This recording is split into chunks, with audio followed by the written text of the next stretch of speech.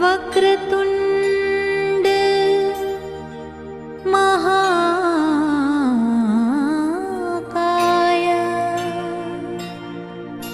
सूर्यकोटि समप्रभा निर्विघ्नं कुरु मे देव सर्वकार्येषु सर्वदा।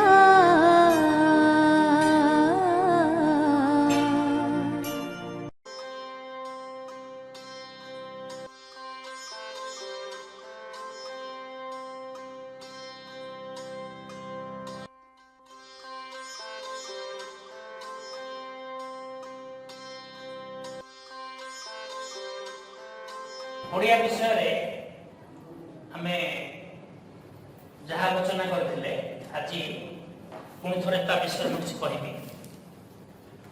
तुम ना कौन? अच्छा को स्कूल थिला? अच्छा तुम परिचय देछ तो आगर थिला आज पे के नुआ पिला तमे कौन का बना स्कूल कौन थिला? अच्छा अंकिता पाल गवर्नमेंट गर्ल्स हाई स्कूल। अच्छा अच्छा बस तो प्रत्येक पिला को आगरो ओडिया विषय किछ कहिथिले आउ तरे टिके सूचना दोछि सुन भला भाबे। प्रथमतः जतेबेले हमको प्रश्न पचारा जीव साहित्य शब्दटी किपरि गठित तमे उत्तर कौन दबो? सहित युक्त य इज इक्वल टू साहित्य। सहित युक्त य इज इक्वल टू साहित्य। साहित्य काहा कहा जाए? जो भाषा समाजर हित साधन करे ताको साहित्य कहा जाए। ओडिया भाषा हम ओडिया समाजर हित साधन करूची तेणु ता ना ओडिया साहित्य। सेमिति जेते भाषा अछि सेते कोन अछि साहित्य अछि। जमि प्रत्येक शरीर गोटे गोटे छाई अछि। शरीर अन्य ना काया प्रत्येक काया थे गोटे गोटे छाया सेमिति प्रत्येक भाषा थे साहित्य। काया जोठी छाया सेठी भाषा जोठी साहित्य सेठी। साहित्यर विभिन्न भाग अछि विभाग अछि कौन कौन? गद्य पद्य गल्प नाटक एकांकिका प्रबंध व्याकरण उपन्यास ये गोटे पार्ट। जेमिति गोटे परिवार रे गोटे जॉइंट फैमिली रे गोटे चौथ परिवार रे जेमिति बापा माँ भाई भौणी कक्का खुड़ी बाप गोसाई बापा जेजे बापा जेजेमा सब जॉइंट होई था बड़ फैमिली। सेमिति साहित्य जदि गोटे फैमिली हुए साहित्य जदि गोटे परिवार हुए तो साहित्य रूपक परिवार मेंबर गुडी कहउछंती सदस्य गुडी कहउछंती गद्य पद्य गल्प नाटक एकांकिका व्याकरण प्रबंध उपन्यास इत्यादि इत्यादि। साहित्य परिवार गोटे गोटे पार्ट गोटे गोटे अंग। एमानक मध्य प्रथम सृष्टिकार होइतिला पद्य। साहित्य रे कौन कौन थे? गद्य पद्य गल्प नाटक सब थाए ना। एमानक मध्य रे प्रथम सृष्टिकार होला पद्य विभाग प्रथम सृष्टि होला।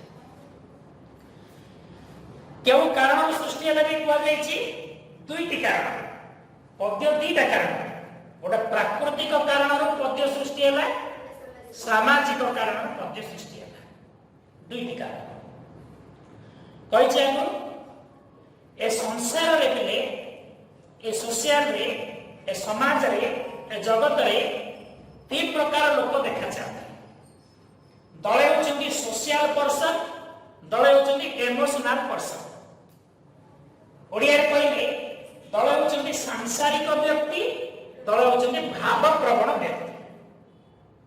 सांसारिक व्यक्ति भाव प्रवण व्यक्ति। सांसारिक व्यक्ति माने सोशल पर्सन भावप्रवण व्यक्ति माने इमोशनल पर्सन। सोशल पर्सन जे कि प्रतिदिन निज चिंता, निज परिवार चिंता, निज पिता, निज माता, निज पुत्र, निज कन्या एमानक विषय भाभी भाभी और एमानक विषय काम करी करी समयटा कटै दिए से लोकटा सोशल पर्सन बा सामाजिक व्यक्ति बा सांसारिक व्यक्ति। किंतु जो लोक ए सब काम करने सहित केबे केबे प्रकृतिर रूप को देखी अत्यंत आह्लादित हो जाए, मेघमुक्त आकाश को देखी प्रह्लादित हो जाए, नदी को देखी आनंदित हो जाए, समुद्र को देखी प्रमुदित हो जाए, अरण्य को देखी सरस हो जाए, विभिन्न प्रकार प्राकृतिक दृश्य को देखी हरस हो जाए, आउ हृदय गभीरतम कोणरू सुंदर सुंदर शब्द बाहर करी वर्णना करी दिए। तो जी सुंदर सुंदर शब्द बाहर करी वर्णना करी दिए सी होची इमोशनल पर्सन, सी होची भावप्रवण व्यक्ति। और यही सेकेंड विभाग जो भावप्रवण व्यक्ति जो इमोशनल सी ही भविष्य में चाहिए कवि, पंडित, साहित्यिक, प्राबंधिक, गाल्पिक हो पारिबो। किंतु जने सोशल पर्सन सीधा सड़क केबे कवि हो पारिबो नहीं। सोशल पर्सन माने सामाजिक व्यक्ति सीधा सड़क केबे गाल्पिक हो पारिबो नहीं। सोशल पर्सन माने सामाजिक व्यक्ति सीधा सड़क कवि हो पारिबो नहीं। ताकू प्रथमे इमोशनल पर्सन रे परिणत होबा पड़े। सोशल पर्सन प्रथमे इमोशनल पर्सन रे परिणत होबो, तापरे कवि होबो, तापरे गाल्पिक होबो, तापरे प्राबंधिक होबो। उदाहरण देखिए जड़े अष्टम श्रेणी पिला सीधा सड़क +2 बा कॉलेज जाई पढ़ी पारिबो नाही। एथि पई प्रथमे ताको मैट्रिक पास होबा पड़े। मैट्रिक पास हैला परे से कॉलेज रे पढ़ी पारिबो। जेमिति मैट्रिक पास हैला परे जने कॉलेज को जाई पारिबो, सेमिति सोशल पर्सन रो इमोशनल पर्सन हैला परे जने कवि ही पाए। एबे प्रश्न उठे तबे पचारि परिया सर गोटे सोशल पर्सन को गोटे इमोशनल पर्सन को हम केमति जानिबा चिन्हिबा के? कौन सी व्यक्ति को तार शारीरिक आकार, शारीरिक प्रकार, शारीरिक दृष्टि तक चिन्ह हो। जड़े मोटा होइछि एटा इमोशनल पर्सन, ना ना ना एमिति न। जड़े पतला होइछि एटा इमोशनल पर्सन, एमिति न। इमोशनल पर्सन के एमिति चिन्ह होबनी तो केमति चिन्ह हो? ता मकर तो बोर्ड भी मरा जायनी आई एम पर्सनल बा social person, I am emotional person. Board तो मराइनी, शारीरिक अंग तो जना पड़िबनी, मोटा की पतला की गोरा की कला की किछि तो जना पड़िबनी। जना पड़िबो केमिति? भाषा, लैंग्वेज। जा भाषा रे सौंदर्यता थाए, रसालता थाए, गांभीर्यता थाए, हाथ टच वर्ड थाए, हृदयस्पर्शी शब्द थाए, जानि दबो जे सेटा इमोशनल पर्सन। सी ही चाहिए कवि, ज्ञानी, लेखक, प्राबंधिक, गाल्पिक हे पारिबो इमोशनल पर्सन। तेणु प्रथमे इमोशनल पर्सन होबा पड़े, माने भावप्रवण, तापर जाय कवि इत्यादि होबा पड़े। मनला पड़े। गोटे प्रश्न को दुई जन व्यक्ति को जदि पचरा जाए आ तार आंसर सुना जाए, से आंसर रो से उत्तर जना पड़ी जीवो सेटा सोशल पर्सन ना इमोशनल पर्सन। ता उत्तर जना पड़ी गोटे क्वेश्चन आके पचारिबो, गोटे क्वेश्चन ताके पचारिबो। आंसर बेले से आंसर को परीक्षा करी, उत्तर को परीक्षा करी जानि परिबो किए सांसारिक बा सामाजिक बा सोशल पर्सन, किए इमोशनल पर्सन। जदि गोटे प्रश्न करा जीवो जे कोई भी कौन करे, गोटे फर्स्ट व्यक्ति को पचारा कोई भी कौन करे, से लोकटा कहूची कोई कौन करे, मोबाइल आ कौन करे। अच्छा सेही क्वेश्चन आ जन पचारा कोई विषय कौन कहले, कोई कौन करे? कोई कुहु कुहु तानरे सुंदर स्वरे मधुर गान करे। वाह, कुहु कुहु कुहु कुहु ये तार सांगीतिक स्वर, सिंगिंग स्टाइल जहाँ शुणिले मनीष मन में आसे स्माइल। ओ ଏ ବର୍ଣ୍ଣନା ଏଇଟା ଇମୋସନାଲ ପର୍ସନଟା ସାର୍ କହିଥିଲେ ସୁନ୍ଦର ବର୍ଣ୍ଣନା କରାଇ ଯିଏ ଇମୋସନାଲ ପର୍ସନ ଅଟେ ସିଏ ଟେଷ୍ଟ କରିଦେବ ଭାଷାର ଗାମ୍ଭୀର୍ଯ୍ୟତା ଯେଉଁଠି ଇମୋସନାଲ ପର୍ସନ ସେଇଠି। ସେକେଣ୍ଡ ପ୍ରଶ୍ନ ଏପଟ ବ୍ୟକ୍ତିକୁ ନଦୀ କଣ କରେ ନଦୀ କଳ କରେ ତାକୁ ପଚାରିବ ନଦୀ ନଦୀ କୁଳୁ କୁଳୁ ନାଦରେ ଗିରିବନ ପଦରେ ସୁନ୍ଦର ଶବ୍ଦରେ ଆଗକୁ ଥେଇ ଥେଇ ନାଚି ନାଚି ଆଗକୁ ଯାଏ କେତେ ଗିରି କେତେ କାନନ ଡେଇଁ ଡେଇଁକି ଯାଏ ନଦୀ। କି ସୁନ୍ଦର ଶବ୍ଦ ମନକୁ ତ ପୁରା ଛୁଇଁ ଯାଉଛି ହାର୍ଟକୁ ତ ପୁରା ଟଚ୍ ହେଇଯାଉଛି। ତ ହାର୍ଟ ଟଚ୍ ୱାର୍ଡ କହେ ଯିଏ ହୃଦୟସ୍ପର୍ଶୀ ଭାବରେ କହେ ଯିଏ ସିଏ କିଏ ଭାବପ୍ରବଣ ବ୍ୟକ୍ତି ଯିଏ ପୁରା ବୁଝିଲେ ନା ନାହିଁ ଏ ଲାଙ୍ଗୁଏଜରେ ଟେଷ୍ଟ କର। ନଦୀର କୁଳୁ କୁଳୁ ନାଦ କୁହ କିମ୍ବା ପବନର ସିରି ସିରି ଶବ୍ଦ କୁହ। ନଦୀର କୁଳୁ କୁଳୁ ନାଦ କୁହ କିମ୍ବା ପବନର ସିରି ସିରି ଶବ୍ଦ କୁହ। କୋଇଲିର କୁହୁ କୁହୁ ତାନ କୁହ କିମ୍ବା ମହୁମାଛିର ଗୁଣୁ ଗୁଣୁ ସ୍ୱନ କୁହ। ଏସବୁ ସେମାନଙ୍କର ଏକ ଏକ ଗୀତ ଇମୋସନାଲ ପର୍ସନ ଭାବେ ମାନେ ଗୀତ ଦଉଛନ୍ତି। ନଦୀର ସିଙ୍ଗିଂ ଷ୍ଟାଇଲ କୁଳୁ କୁଳୁ କୁଳୁ କୁଳୁ ପବନର ସିରି ସିରି ସିରି ସିରି କୋଇଲିର କୁହୁ କୁହୁ କୁହୁ କୁହୁ ମହୁମାଛିର ଗୁଣୁ ଗୁଣୁ ଓ ଏମାନେ ସିଙ୍ଗିଂ ଷ୍ଟାଇଲରେ ଗାଉଛନ୍ତି ଏମାନେ ଗୀତ ଗାଉଛନ୍ତି। ତ ଇମୋସନାଲ ପର୍ସନ ଭାବେ ଆରେ ମୁଁ ବି ପ୍ରକୃତିର ସନ୍ତାନ ଏମାନେ ବି ପ୍ରକୃତିର ସନ୍ତାନ ଏମାନେ ପ୍ରକୃତି ଠାରୁ କିଛି ଶିଖି ଏମାନେ ଗୀତ ଗାଉଛନ୍ତି। ନଦୀ ଗାଉଛି ପବନ ଗାଉଛି କୋଇଲି ଗାଉଛି ମହୁମାଛି ଗାଉଛି ମୁଁ ଭାବପ୍ରବଣ ବ୍ୟକ୍ତି ଗାଇପାରିବିନି ମୁଁ ବି ଗାଇବି। ତ ଶିଖିଲା ସେମାନଙ୍କ ଠାରୁ କୋଇଲିର କୁହୁ କୁହୁ ତାନ ମହୁମାଛିର ଗୁଣ ଗୁଣ ସ୍ୱନ ନଦୀର କୁଳୁ କୁଳୁ ନାଦ ପବନର ସିରି ସିରି ଶବ୍ଦ ତାକୁ ଦେଲା ପ୍ରେରଣା ଫଳରେ ତା ଲେଖନୀ ମନରୁ ଝରିଗଲା କବିତାର ଝରଣା। ତେଣୁ ଏଭଳି ଭାବରେ କବିତା ପ୍ରକୃତିର ସନ୍ତାନ ଠାରୁ ଶିଖିଲା ଦେଖିଲା ଶୁଣିଲା ଲେଖିଲା। ମଣିଷ ଅନୁକରଣ ପ୍ରେମୀ ଥିଲେ ମଣିଷ ଯାହା ଦେଖେ ଯାହା ଶୁଣେ ତାକୁ ଫଲୋ କରେ। ମଣିଷ ସବୁବେଳେ ଫଲୋ କରେ। ତ ଇମୋସନାଲ ଫଲୋ କଲା ମହୁମାଛି ଗୁଣ ଗୁଣ ଗୁଣ ଗୁଣ ଗାଇଲା ନଦୀ କୁଳୁ କୁଳୁ କୁଳୁ କୁଳୁ ଗାଇଲା ମୁଁ ବି ଗାଇଲି ତ ସେ ଗାଇଲା।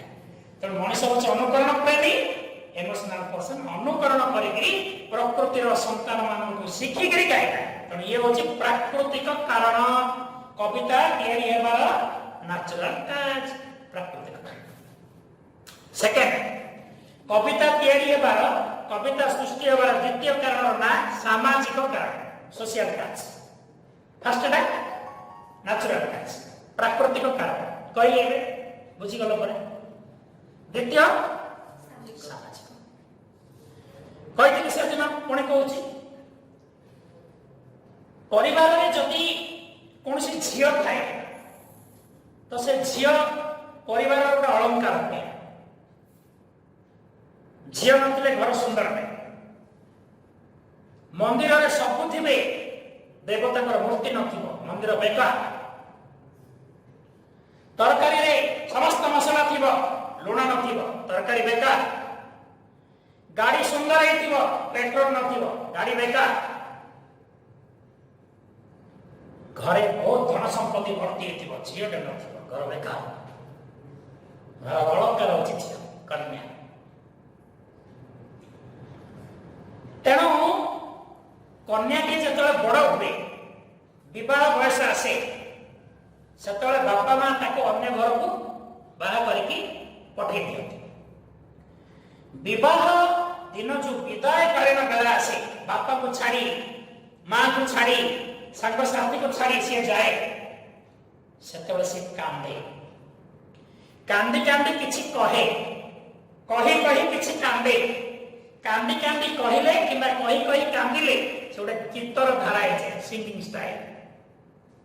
କାନ୍ଦି କାନ୍ଦି କେବେ କେହି ଯଦି କିଛି କହେ ନା ସେଟା ଗୋଟେ ଗୀତର ଷ୍ଟାଇଲ ହେଇଯାଏ। ବାହୁନି ବାହୁନି କାନ୍ଦିଲା ତ ମାଙ୍କୁ ଧରି କିଛି କାନ୍ଦେ ବାପାଙ୍କୁ ଧରି କାନ୍ଦେ सांगसाथी को धरी कांदे तो एभଳି ଭାବରେ ସେ କାନ୍ଦି କାନ୍ଦି କିଛି କହେ କାନ୍ଦି କାନ୍ଦି ଯାହା କହେ ତାହା ଗୀତର ଧାରା ହେଇଯାଏ ସେଇଟା ହଉଛି ସାମାଜିକ କାରଣ ପ୍ରଥମଟା ଥିଲା କ'ଣ ଥିଲେ ପ୍ରାକୃତିକ କାରଣ ସେକେଣ୍ଡଟା କ'ଣ ଏ ଦିଟା କାରଣରୁ କବିତା ସୃଷ୍ଟି ଗୋଟେ ବାପା ତା ଝିଅର ଯେମିତି ଦାୟିତ୍ୱ ନିଏ ଗୋଟେ କବି କବିତାର ଦାୟିତ୍ୱ ନିଏ କାହିଁକି କବିତା ହଉଛି ଝିଅ ଭଳିଆ କବି ହଉଛି ବାପା ଭଳିଆ ଯିଏ ସୃଷ୍ଟି କରେ ସେ ପିତା ତ କବି ସୃଷ୍ଟି କରନ୍ତି ନା କବିତାକୁ ସେଥିପାଇଁ କବିତା ସ୍ତ୍ରୀଲିଙ୍ଗଟା ସେଥିପାଇଁ କବିତା ହଉଛି ଝିଅ କନ୍ୟା କବି ହଉଛନ୍ତି ପିତା ତେଣୁ କୁହାଯାଏ ଅଛି ଯେତେ କାବ୍ୟ କବିତା ସେ ସବୁ କବିଙ୍କ ଦୁହିତା ଦୁହିତା ମାନେ ଝିଅ ଅଛି ଯେତେ କାବ୍ୟ କବିତା ସେ ସବୁ କବିଙ୍କ ଦୁହିତା ଦୁହିତା ମାନେ ଝିଅ ଝିଅ ମାନଙ୍କୁ ଦୁହିତା କୁହାଯାଏ ଦୁଇ କୂଳର ହିତା ପତି କୂଳର ପିତୃକୂଳର ଦୁଇଟି କୂଳର ହିତ ଚିନ୍ତା କରନ୍ତି ସେଥିପାଇଁ ଝିଅ ମାନଙ୍କର ଅନ୍ୟ ନା ଦୁହିତା କବିତାକୁ ବି କାହିଁକି ଦୁଇଟା କୁହାଯାଇଛି କବିତା ବି କବିଙ୍କର ହିତ କରେ ପାଠକ ମାନଙ୍କର ବି ହିତ କରେ ଦି ଜଣ ଯାଏ ସେଥିପାଇଁ କବିତା ବି ଦୁଇଟା ତେଣୁ କବିତା ଏକ ପ୍ରକାର କନ୍ୟା କାର କବିଙ୍କର ତେଣୁ ଅଛି ଯେତେ କାବ୍ୟ କବିତା ସେ ସବୁ କବିଙ୍କ ଦୁଇଟା ଅର୍ଥାତ୍ କବିତା ହେଉଛି କବିଙ୍କର କନ୍ୟା ତାହାରି ମାଧ୍ୟମରେ ସେ ଫୁଟାଇ ପାରେ ହସ ଲୁହର ବନ୍ୟା କେବେ ଯଦି ହାସ୍ୟାତ୍ମକ ଶବ୍ଦ ଦ୍ୱାରା କବିତା ଲେଖାଯାଏ ତ କବିତା ପଢି ପଢି ହସିବାକୁ ମଣିଷ ଲାଗେ ହାସ୍ୟାତ୍ମକ ଲହରୀ କେବେ ଯଦି ଦୁଃଖାତ୍ମକ ଶବ୍ଦରେ ଭରିଦିଏ ସେ ଦୁଃଖପୂର୍ଣ୍ଣ କାହାଣୀ ପଢି ପଢିକି ଆଖିରୁ ଆଖି ଲୁହ ଝରି ଝରି ଯାଏ ବାହାରେ ଯେଉଁ ଋତୁ ହେଉନା କାହିଁକି ପଢୁଥିବା ବ୍ୟକ୍ତିର ରେଗି ଶିକ୍ଷା ବର୍ଷା ଋତୁ ଲୁହ ଝରିଯାଏ ତେଣୁ କବିତା ହେଉଛି କବିଙ୍କର କନ୍ୟା ତାରି ମାଧ୍ୟମରେ ସେ ଫୁଟାଇ ପାରେ ହସ ଲୁହର ବନ୍ୟା ବୁଝିଗଲା କବିତା ସୃଷ୍ଟିର ଆବଶ୍ୟକତା କ'ଣ ଆମେ ତ ଏମିତି ଗଦ୍ୟରେ ବି କଥାବାର୍ତ୍ତା ହେଇପାରିବା କବିତା କାହିଁକି ସୃଷ୍ଟି ହେଇଛି କବିତା ସବୁବେଳେ ମନୋରଞ୍ଜନ କରେ ଗଦ୍ୟରେ ଯାହା ବ୍ୟସ୍ତ ଲାଗେ ବିବ୍ରତ ଲାଗେ ବିରକ୍ତ ଲାଗେ ବୋର ଲାଗେ ତା ପଦ୍ୟରେ ଶୁଣିଲେ ସ୍ୱର ଦ୍ୱାରା କଣ୍ଠ ସ୍ୱର ଦ୍ୱାରା ତାହା ତୃପ୍ତି ଲାଗେ ଆନନ୍ଦ ଲାଗେ ଗୋଟେ ପିଲା କୁ ଜ୍ୱର ହେଇଥିଲା ଡକ୍ଟର ପାଖକୁ ତା ମା ଧରିକିରି ଗଲା ଡକ୍ଟର କହିଲେ ଏତିକି ଟାବଲେଟ ଖାଅ ମା ଟାବଲେଟ ଆଣିଲେ ପିଲାକୁ ଟାବଲେଟ ଫିଟେଇକି ଦେଲେ ପିଲା କହିଲା नो मम्मी ପିତା ଲାଗୁଛି ଖାଇବିନି ଜମା ଖାଇବିନି ଫୋପାଡ଼ି ଦେଲା ମା ଚିନ୍ତା କରେ ହାୟ ହାୟ ଟାବଲେଟ ତ ଖାଇବନି ବଟିକା ତ ଖାଇବନି ପ୍ରବଟିକା ତ ଖାଇବନି ରୋଗ ମୁକ୍ତ ହେବ କେମିତି ସ୍ୱାସ୍ଥ୍ୟ ଯୁକ୍ତ ହେବ କେମିତି ଚିନ୍ତା କଲେ କ'ଣ ଆଣିଲେ ଗୋଟେ ରସଗୋଲା ରସଗୋଲା ତ ପୁଅ ଭାରି ଭଲ ପାଏ ରସଗୋଲା ଗୋଟେ ହୋଲ କଲେ ଗାତ କଲେ ତା ଭିତରେ ଟାବଲେଟ ଭର୍ତ୍ତି କଲେ ବାପ ଧନ ଖାଇଦେ ରସଗୋଲା ତା କାମ କଲା ଟାବଲେଟ ତା କାମ କଲା ତ ମା ଚାଲାକ ଭାବରେ ଦେଖିଲେ ଯେ ଟାବଲେଟ ତ ଖାଉନି ରସଗୋଲା ମାଧ୍ୟମରେ ଦେଇଦେଲେ ଠିକ ହବ ତ ରସଗୋଲା ଦ୍ୱାରା ଦେଇଦେବାରୁ ଜ୍ୱର ଭଲ ହେଇଗଲା ଏଥିରେ ମାଙ୍କ ଭୂମିକା ଗୁରୁତ୍ୱପୂର୍ଣ୍ଣ ସେମିତି କବିମାନେ ଦେଖିଲେ ଗଦ୍ୟରେ କହିଲେ କେତେ ଲୋକ ବୁଝୁନାହାନ୍ତି ବିରକ୍ତ ହଉଛନ୍ତି ତ ପଦ୍ୟ ରୂପକ ରସଗୋଲାରେ ବିଷୟ ରୂପକ ଟାବଲେଟ ଭର୍ତ୍ତି କରିଦେଇକି ଟପିକ ରୂପକ ଟାବଲେଟ ଭର୍ତ୍ତି କରିଦେଇକି ଦେଇ ଦିଅନ୍ତି ନିଅ ନା ପାଠ କହେ ଶ୍ରୋତା କହେ ବାଃ କେତେ ସୁନ୍ଦର ଶୈଳୀ କେତେ ବଢିଆ ଲାଗୁଛି ତ ସେ ଶୁଣିଦିଏ ରସଗୋଲା ଖାଇକି ଟାବଲେଟର ଉପକାର ପାଇବା ଭଳିଆ କବିତା ଶୁଣିକିରି ବିଷୟବସ୍ତୁର ଉପକାର ମଧ୍ୟ ଆମେ ପାଇବା ଏଇଥିପାଇଁ କବିତାର ଭୂମିକା ଗୁରୁତ୍ୱପୂର୍ଣ୍ଣ ସବୁଠୁ ବଡ଼ ଜିନିଷ କବିଙ୍କର ଭୂମିକା ଗୁରୁତ୍ୱପୂର୍ଣ୍ଣ जदि कविटी चाहिब समाज को सुधुरी पार, कविटी चाहिब समाज को उजुड़ी पार। जदि सी खराब शब्द, अश्लील शब्द, अभद्र शब्द, असभ्य शब्द लगे कविता तैयारी करदेला, सरला कथा चारित्रिक दृष्टि सब बिगड़ी जाए, सब चगलामी कर पागलामी कर दुष्टामी कर। किंतु जदि शालीनता शब्द, शुद्ध शब्द, विशुद्ध शब्द, भल शब्द, हृदयस्पर्शी शब्द जदि भक्ति कर दिए, भक्तिपूर्ण शब्द दिए तो ता पढ़ी पढ़ी पाठक पाठिका संशोधित हो जाती, सुंदर चरित्र गठन हुए। कवि जदि भल अच्छी तो कविता भल रहिबो, कविता जदि भल अच्छी समाज भल रहिबो। तो जो समाज कवि माने जेते भल से समाज से लोक माने सेते भल। आगु ओडिया समाज रे कवि सूर्य बलदेव रथ, उपेन्द्र भंज, ब्रजनाथ बड़जेना, कविवर राधानाथ राय, स्वभाव कवि गंगाधर मेहर, फकीर मोहन सेनापति, मधुसूदन राव बढ़िया बढ़िया कवि थे, सुंदर काव्य सुंदर कविता लिखुले। एबे से गुड़िक पुरातन हेले भी आज तार उपादेय अच्छी, ओल्ड इज गोल्ड, पुरातन गुड़िक सुवर्ण बड़ी मूल्यवान, एक कथा एबे भी प्रमाणित होछि।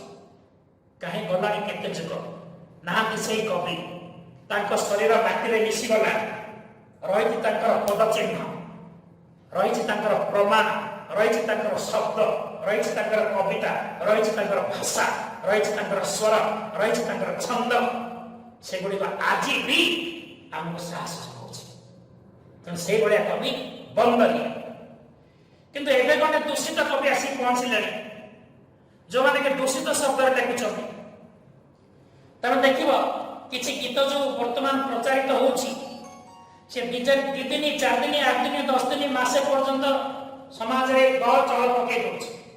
गाँ को गाँ जुआरे जाऊ ताको सुनो ताको पाओ, किंतु तापर ता वैल्यू कमी जाउछि। जदि तारो आउ गोटे टक्कर देगी आउ गोटे गीत बाहर पड़ुछि। ये सब उत्थान पतन चली, किंतु उपेन्द्र भंजकर उत्थान पतन नहीं, होल्ड। राधानाथ राय उत्थान पतन नहीं, आगु जेमती थिला सेमती।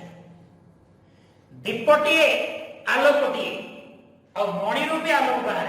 मणि को जो गोटे मैटर अच्छे मणि ऑटोमेटिक से लाइटिंग बाहर। अंधार कोठरे नहीं गोटे मणि रखिद पूरा लाइटिंग, कोठरे संपूर्ण अंधार थे देखा जाए ब्राइट एकदम व्हाइट पूरा चमके। ये मणिर स्वभाव। किंतु मणि को किसी भय नहीं, फैन लगाओ चिंता नहीं, पवन है चिंता नहीं, किंतु दीप को भारी भय। दीप लगी जाए अल्प टिके लाइटिंग, अल्प टिके ब्राइटिंग, अल्प टिके उज्ज्वलता, अल्प टिके प्रज्वलता, किंतु पवन को भारी भय भय ना बड़ा। सेमती आजिकाली जो गीत गुड़ाक दीप भाया केत जो धक कर लिखा कहले कि से कविता गुड़िक पूरा मणि भाया एकदम लाइटिंग, पवन को डर लगी भय नहीं, तो से कविता मूल्य अच्छे पर बुझे। एबे देखा ओडिशार प्रथम कवि किए सारला दास। ओडिशार प्रथम कवि होचंती सारला दास। से केउ शताब्दी कवि? पंचदश शताब्दी कवि, 1500 मसीहार कवि। तांकर बाल्य नाम कौन थिला? सिद्धेश्वर परिडा। सारला दासଙ୍କର ପିଲା ଦିନର ବାଲ୍ୟ ନାମ ଥିଲା ସିद्धେଶ୍वर ପରିଡା। ओडिशार जगतसिंहपुर जिलार झंकड़ नामक अंचल कनकपुर गाँव में जन्म। आउ कह ओडिशार जगतसिंहपुर जिलार झंकड़ नामक अंचल कनकपुर नामक गाँव में जन्म। मां शारदा को उपासना करी कवित्व शक्ति पाई सिद्धेश्वर परिडा परवर्ती समय परिचित हेले शारदा दास। दास माने सेवक। मां शारदा सेवा करी करी पूजा करी करी भक्ति करी करी कवित्व शक्ति पाए, सेइथिपाई से हेले ओडिसा प्रथम कवि। ओडिशार प्रथम काव्यर नाम बड़ काव्य ओडिया सरला महाभारत। संस्कृत महाभारत रचयिता किए? व्यासदेव किंतु ओडिया सरला महाभारत रचयिता किए सारला दास संस्कृत महाभारत रे पिले 1 लाख श्लोक अछि 1 लाख 100,000 किंतु ओडिया सरला महाभारत ताड बड़ कारण श्लोक संख्या 1,40,000 सबुठ बड़ ग्रंथ थिला संस्कृत महाभारत कारण श्लोक संख्या थिला 1 लाख ताड अधिक बड़ ग्रंथ कोडा नथिला ताकू टक्कर देकर सरला दास लिखले ओडिया सरला महाभारत श्लोक संख्या केते 1,40,000 बुझला परा एई सरला दास चंडी पुराण भी लिखिथिले विलंका रामायण भी लिखिथिले सरला महाभारत चंडी पुराण विलंका रामायण तीनटा तांकर अमूल्य निधि अमूल्य ग्रंथ गोटे कथा पिला पिले सरला दास जीवन प्रमाणित सरला दास मूर्ख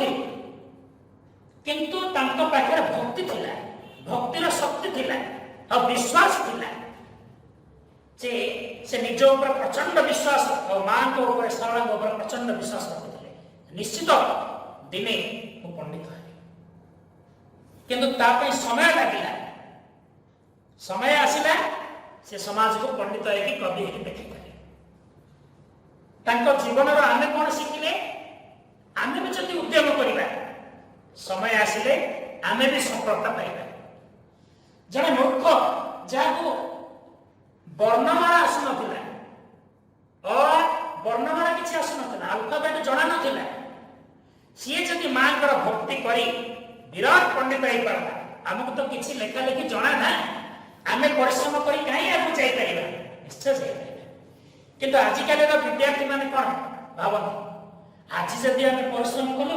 काली के आपको सफलता मिल जाए एमिति केबे हम इम्पॉसिबल मैटर चुप रहबा सब बेटर परिश्रम कले किछि दिन गले फल मिले केबे कोन से कृषक को देखिछ जे जमी चाष कला आज धान बुणी देला और काली जाई कि धान काटी देला संभव केबे इम्पॉसिबल मैटर ये भी चुप रहबा सब बेटर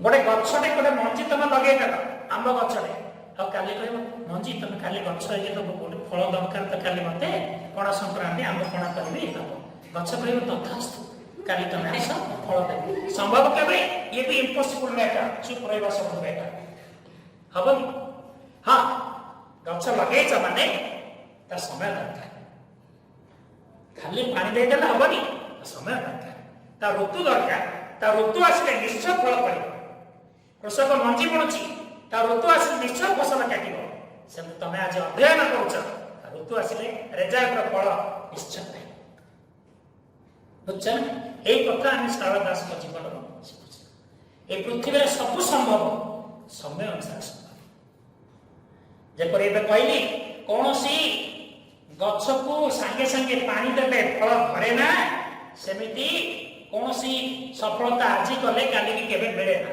तापे समय दरकार ऋतु दरकार आ बाकी सब संभव सब किछि भवे संभव धीर गति रे सीना पानी देले फल हेब की ऋतु आसीबा बिना सब किछि भवे संभव धीर गति रे सीना पानी देले फल हेब की ऋतु आसीबा बिना अर्थ बुझिल एई भवन माने एई संसार सब संभव किंतु ऋतु आसिले केतला सरला दास परवर्ती साहित्यर प्रथम युग है आदि युग तार अन्य ना सरला युग ये पंचदश शताब्दी रु षोडश शताब्दी 1500 रु 1600 एई मझिरे थिबा 100 वर्षर ना आदि युग मन रख आदि जुगर समय सीमा निर्धारण कर कौन हम 15 शताब्दी रु 16 शताब्दी पर्यंत मझिरे जो 100 वर्ष माने 1500 रु 1600 पर्यंत मझिरे जो 100 वर्ष ता ना अछि आदि जुग अन्य ना है सारा जुग। आदि माने प्रथम साहित्य प्रथम जुग अब ए जुगर ज्येष्ठ कवि श्रेष्ठ कवि वरेण्य कवि वरिष्ठ कवि गरियार कवि वरिष्ठ कवि होचंती सरला दास तेणु तांको नाम अनुसार ए जुगर नाम रखला सरला जुग तेणु दीटा जुग अर्थात गोटे होची आदि जुग दीटा ना गोटे जुग आदि जुग जहा बस 1500 1600 गला 1600 रु 1700 आउ 100 वर्ष 1600 रु 1700 आउ 100 वर्ष द्वितीय 100 वर्ष ताकि कुआजे पंचसखा जुग के जुग पंचसखा जुग बलराम दास जगन्नाथ दास अच्युतानंद दास जशोवंत दास अनंत दास आउ बलराम दास जगन्नाथ दास अच्युतानंद दास जशोवंत दास अनंत दास ए 5 जन परस्पर मध्य सखा थे बंधु थे तेणु ए 5 जन को ना अनुसार ए जुगर ना रखागला पंच सखा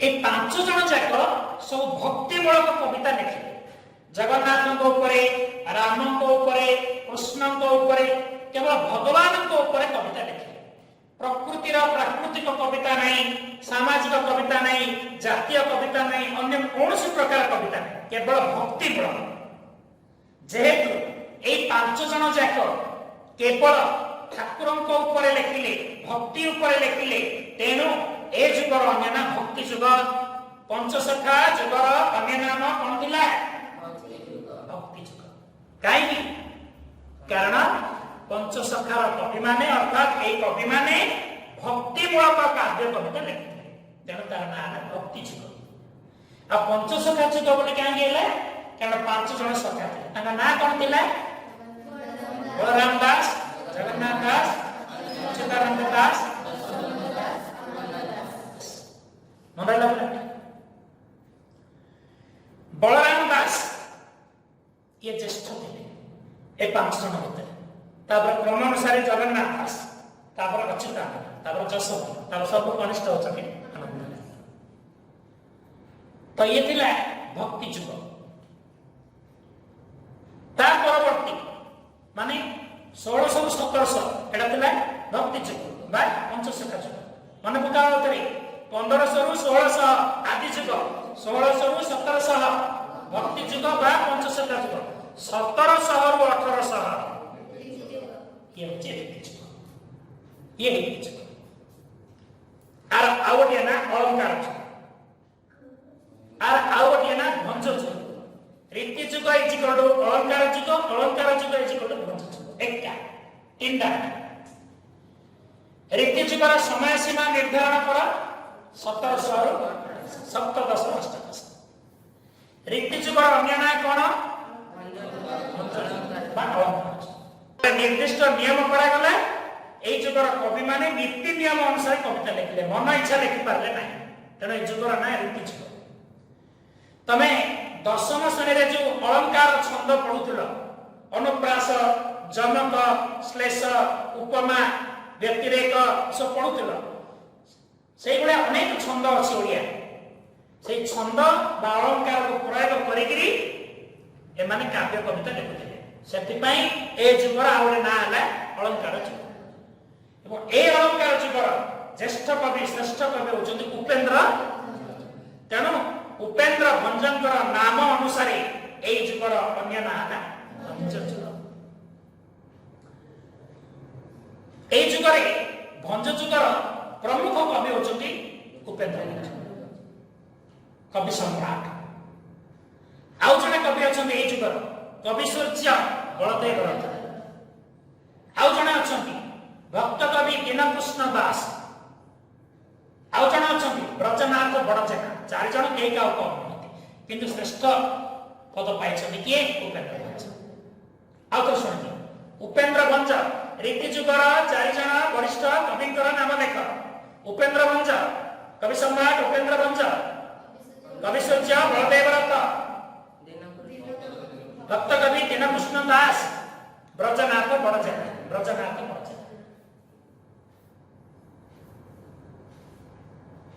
उपेन्द्र भंज तांको जीवन रे अनेक काव्य कविता लिखिथिले किंतु तांकर प्रथम काव्य थिला वैदेहीश विलास फर्स्ट काव्य वैदेहीश विलास चमत्कार एया थिला जे ए वैदेहीश विलास नामक काव्यर प्रत्येक धारीर प्रत्येक पंक्तिर एवरी लाइन प्रथम अक्षर प्रथम वर्ण फर्स्ट लेटर ब आरंभ ताको कहे ब आद्य अक्षर नियम पूरा कविता देखिबो सब धारीर फर्स्ट अक्षर ब रे आरंभ सब बुझा पूरा काव्य जाय ताको कहे ब आद्य अक्षर नियम सेही समय रे दीनकृष्ण दास आ गोटे काव्य लिखिले रसकल्लोल उपेन्द्र भंजकर काव्यर नाम थिला वैदेहीश विलास तार चमत्कारिता थिला ब आद्य अक्षर नियम दीनकृष्ण दास सेही जुगर सिया ओडे कविता काव्य लिखिले ता रसकल्लोल तार चमत्कारिता है प्रत्येक धारीर आद्य अक्षर क रे किए क क क क क ये क आद्य अक्षर नियम क आद्य अक्षर उपेन्द्र भंज संपूर्ण रूप से राम भक्त थे दीनकृष्ण दास पूर्ण रूप से कृष्ण भक्त थे जदिबा राम तत्व कृष्ण तत्व एक किंतु से राम रूप को पसंद करते कृष्ण रूप को पसंद करते से राम तारक मंत्र रे जपी जपी जपी पंडित हेले ये कृष्ण तारक मंत्र रे जपी जपी पंडित से तांको जतले पचरा गला उपेन्द्र भंज को पचरा गला से सत कहले कवि माने पचारे सत कहले आपनकर एते अगाध पांडित्य केमती हैला एमिति कोनसी वर्ड नहीं एमिति कोनसी शब्द नहीं जार मीनिंग आपको जाना नहीं अर्थात सब जाग वर्ड मीनिंग आपन जानि एते चमत्कार प्रतिभा आपनकर केमती आसी से कहले राम तारक मंत्र र प्रभाव मो हृदय रे पवित्र शक्ति आसला राम तारक मंत्र को जप करी करी करी करी पवित्र शक्ति को प्राप्त करिछि बोली कहले तेणु से कहले तारक मंत्र पर सादे मोहर कवि पण उबे राम तारक मंत्र र प्रसाद रो मो शरीर रे पवित्र शक्ति रे उद्रेक ठीक तारक मंत्र परसाते मोहर कवि पण होते नीचे स्वीकार कर तापर किछि कवि पचारले आपनकर काव्य कविता बहुत भल किंतु साधारण लोक माने आपनकर काव्य कविता को बुझी पाउना टिके पंडित टिके ज्ञानी टिके उत्कृष्ट साहित्य भाव थिबा व्यक्ति ही टिके बुझुची साधारण लोक बुझी पाउना एमती कहीं है समस्त कहीं बुझी पाउना से कहले मो काव्य कविता बुझीबा पई दीडा योग्यता दरकार दीडा क्वालिफिकेशन दरकार एक करे वर्ड मीनिंग जाना थिबो वर्ड मीनिंग को कहा जाए शब्द शास्त्र एक रे शब्द शास्त्र जाना थिबो दुई रे अलंकार जाना थिबो छंद अलंकार जब वर्ड मीनिंग जाना माने शब्द शास्त्र जाना आउ अलंकार जाना ए दीटा जिंस ए दीटा क्वालिफिकेशन ए दीटा प्रतिभा ए दीटा योग्यता थिले सी मोर काव्य कविता बुझी पारिबो बोली उपेन्द्र भंज कहले कौन कौन थिले दीटा एक शब्द शास्त्र माने वर्ड मीनिंग सेकंड अलंकार जे शब्द शास्त्र जानिछि जे अलंकार जानिछि सी उपेन्द्र भंजकर कविता पढ़ी बुझे तेणु से कहले नाना शब्द शास्त्रे जे विचक्षण जेहु जा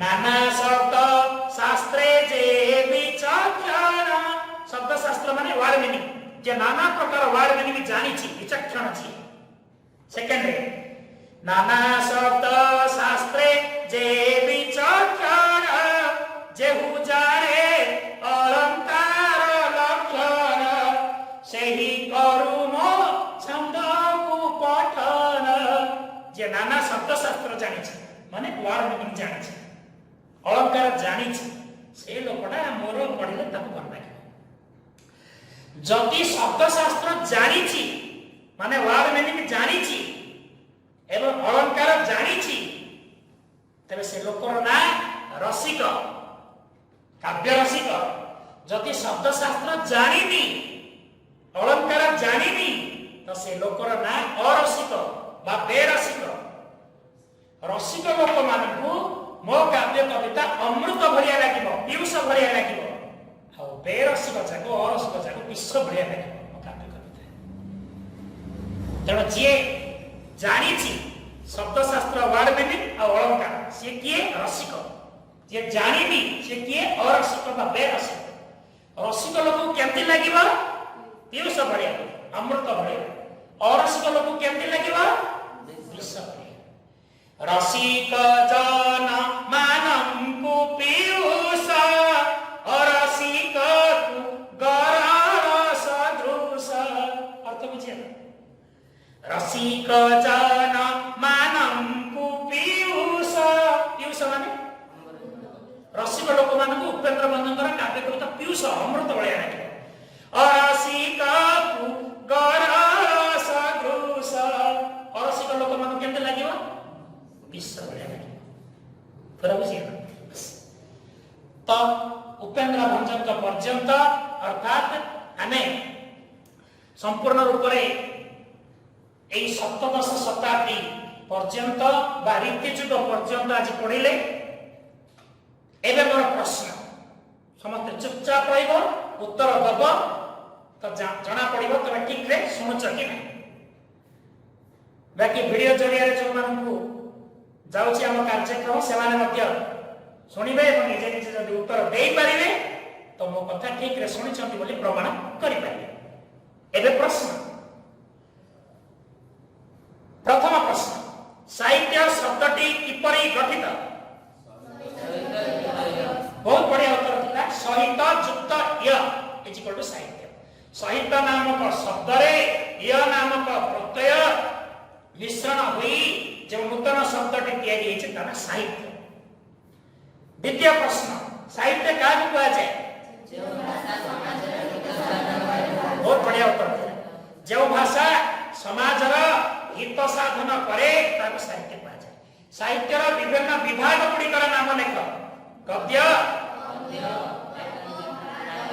व्याकरण गद्य पद्य गल्प नाटक व्याकरण प्रबंध इत्यादि इत्यादि ए गद्य पद्य गल्प नाटक एमानक मध्य प्रथम सृष्टिकार पद्य विभाग केउ केउ कारण पद्य विभाग सृष्टि सामाजिक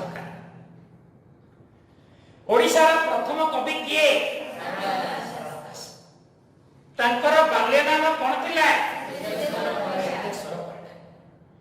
केउठारे से जन्म ग्रहण करथिले जगतसिंहपुर जिला चंपल नामक अंचलर कनकपुर ग्राम सारा जुगर अन्य नाम कोन थिला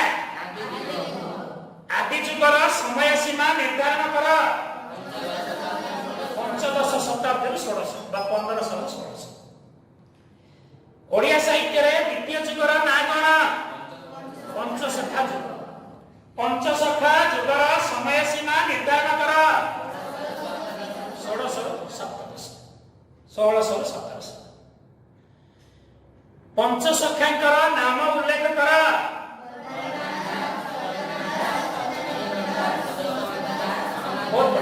बलराम दास जगन्नाथ दास अच्युतानंद दास जशवंत दास बहुत सुंदर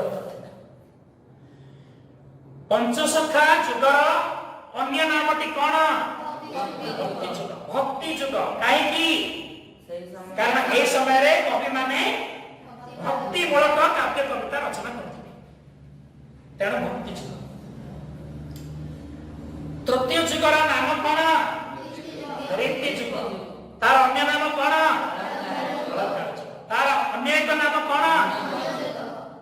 कहीं रीति जुग बोली कहा जाउची? एक निर्दिष्ट रीति बा नियम रे काव्य कविता लिखा जाउतिला, एनो रीति जुग। अलंकार बेसी छंदर बेसी अलंकार बेसी प्रयोग होउतिला, तेणु अलंकार। ए जुगर ज्येष्ठ श्रेष्ठ कवि थिले उपेन्द्र भंज, तेणु भंजकर नाम अनुसार भंज जुग। ए भंज जुगर आउ तीन जन कविଙ୍କର नाम लेख। कवि सूर्य बलदेव रथ, कृष्ण दास, कवि सम्राट उपेन्द्र भंजଙ୍କ लेखनी निश्रुत प्रथम काव्यर ना कोन थिला? वैदेश विलासर चमत्कारिता कोन थिला? ब आद्य अक्षर नियम। ब आद्य अक्षर नियम कहले कोन बुझ? कवितार बा काव्यर प्रत्येक पंक्तिर प्रत्येक धाड़ीर आद्य अक्षर फर्स्ट लेटर प्रथम वर्ण प्रथम अक्षर ब रु आरंभ होई। दीनकृष्ण दास क्यों प्रसिद्ध काव्य लिखिथिले? रसकल्लोल। रसकल्लोल चमत्कारिता कोन थिला?